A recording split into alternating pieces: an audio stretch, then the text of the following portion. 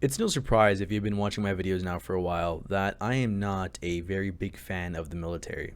And whenever people ask me if they should join or not, I'll always try to veer them to the side of not to. But if you still want to, that's cool. I'll respect your decision. This, at the very least, is what I would advocate for. I would suggest to you that you just use the military as a stepping stone, and to ensure that you use it as a stepping stone, save every goddamn penny you can from the military. And the one other thing I will tell people, which is an indisputable fact, is that your level of enjoyment in the military is going to be entirely based on one thing. And that one thing is luck. To those of you who may already be in and don't believe that, let me give you two scenarios. You pick a reasonably easy job that has a very high advancement rate. And to make it a little easier, you have a shore command or even a squadron that really deploys pretty rarely. And because you were given this kind of command, they start giving you BAS because it's typically easier to get BAS with these sorts of commands versus, let's say, a ship command. And also, because you're stationed at one of these types of commands, you'll also have the availability to get a barracks room. And guess what? If those are filled up, no worries, because we will just have you apply for BAH if you are at least an E3. Plus, your chances of having a more lax chain of command, I'm not saying, you guys are going to not do your job, but your chance of getting more relaxed command is going to be increased much more due to the fact that you're going to be on the West Coast. I feel like why a lot of us think that is just because us being on the East Coast, we're so much closer to like the big Washington, D.C., so our boss is literally like in our backyard. But okay, now let me give you the second scenario. First, let's give you East Quarters to one of the worst rated bases for morale in the entire United States Navy, Norfolk, Virginia. Then let's put you on an active aircraft carrier that they're practically running into the ground with how many times they're taking that thing on for deployment. And let's say you chose APAC, which if you're going APAC, the Navy pretty much chooses what job you're going to work with, and you're put with, let's say, ABEs who work ungodly hours, so good luck on getting a lot of sleep when you go out on deployment. And let's say that means you're going to be getting a ridiculous chain of command. They're going to be some of the most toxic people you have ever met in your life. And then, of course, you have a snowball's chance in hell of getting BAS or BAH because you can just sleep in your rack on the ship and get fed by cooks who don't give a flying noodle about their job. And because you were so graciously put into this command in the Navy, good luck on trying to do anything fun unless you have a car. The only thing really fun you're going to be able to do on base is basically go to Q80 and C9, which is like a YMCA building. But do you see where I'm going with this? And here's the kicker. Both these roles can be reversed in the blink of an eye. Now, there's always that saying, oh, but it's what you make of it. Listen, I tried that, but after a while, it gets really goddamn tiring. And where luck really takes a big bite out of your ass is when you are given a chain of command from hell. That's something you can't choose. Now, I'm going to be entirely transparent. My few first months in the Navy or on the ship for deployment was cool. I worked on a flight deck, so it was badass seeing jets land on a floating airport in the middle of the ocean. Yeah, it was pretty awesome. You know what wasn't awesome? A few months later when we got a new supervisor who would literally breathe down your neck over any little thing you did. I swear this guy, if I had to compare him to anything, was like Slenderman whenever he was in charge. Like, he wanted you cleaning almost every minute of every day. And those 5 seconds you stopped cleaning, this man would come up behind you and pull up. Oh, Jesus!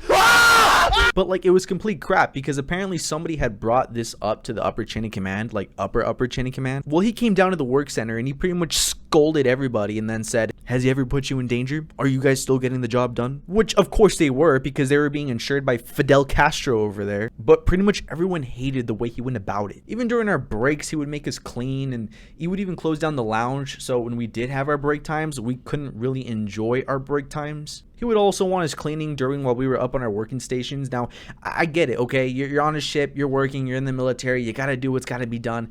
But here's the thing, right? With our older chain of commands, we were getting the same exact job done just how we were underneath him, but except now the work environment was a little bit more hostile. So to those of you who just say, suck it up, do your job, listen, we get it, we understand that.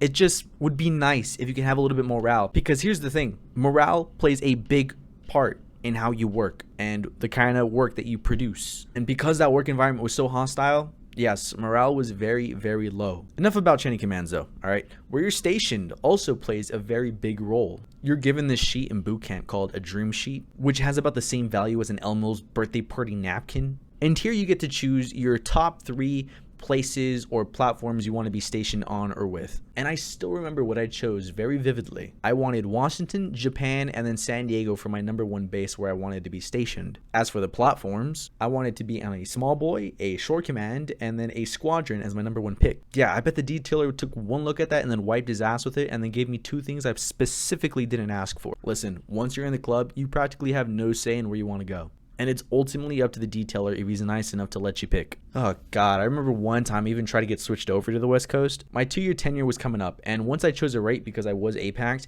I had the potential of getting stationed to another command.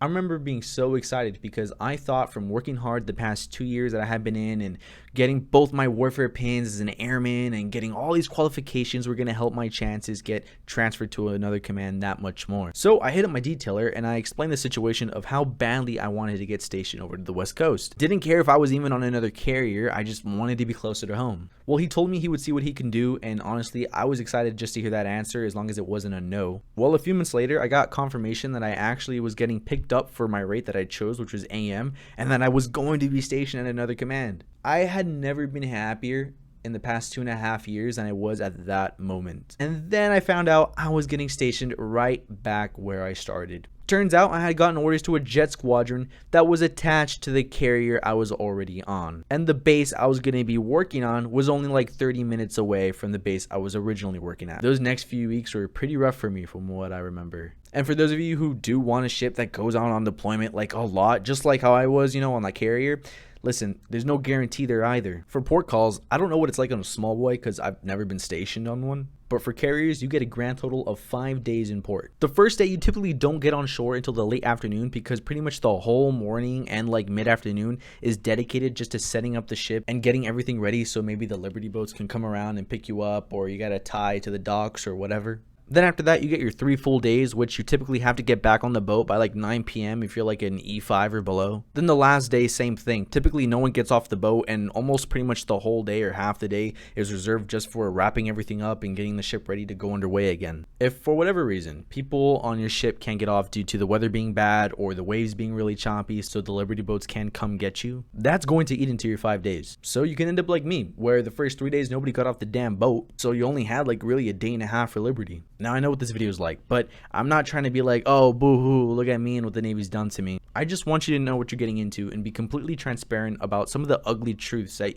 could be realized when you join the Navy. Really any military branch for that matter. Now, along with every video that I post where I'm kind of like bagging on the military, I'm always going to be transparent with you guys, so yes, there is a bit of good to this as well. Like I said, the coin can be completely flipped the other way, and you can get everything you wanted out of the military. And sure, maybe those 18 out of 270 working days where you spend going into foreign ports might be worth it to you. I will say, I did take some pretty valuable experiences from the Navy, as well as some very important life lessons. And no matter what happens, the one thing you can ultimately control in the Navy, like 100%, and I'm not kidding, there's literally almost no way the military or anybody else can really mess with this unless you mess up. No favoritism, no amount of baloney chain of commands. Nothing can change the way you handle your finances. Because the only time the Navy can ever force you to buy something is if they give you the money to do it. But yeah, I just felt like going on this rant because I was recently reminded by something on how just little control you really have in the Navy. And for some of you that might say, well, hey, it's no different in the civilian world, and whatever you experience in the military is pretty much what you're going to experience in civilian life. Well, to you I say, at the very least as a civilian, you get to choose where you want to go through the bullshit, which most of the time is going to be near home where you're near friends and family. Anyways, thanks you guys for sticking to the end. I please respectfully request that you guys sync that like button to Davy Jones's Locker and subscribe if you think I've earned it. And follow along if you want any more videos about military or financing. And just know, I'm not going to be a military YouTuber forever. I know I originally wanted to be a finance, YouTuber, but recently I realized that I have more experience right now, and I have probably more, or I can give you guys more value from the military aspect because that's what I'm still currently doing. But just know that's all going to end here in a few months, so I'll try to give you guys as much info as I can, and then I'm going to try to transfer more into like finance and my whole real estate, agent journey in California once I get there. But anyways, plus I know I forgot to do this in the last video, so I hope you guys have a great day, and I will see you guys in the next one.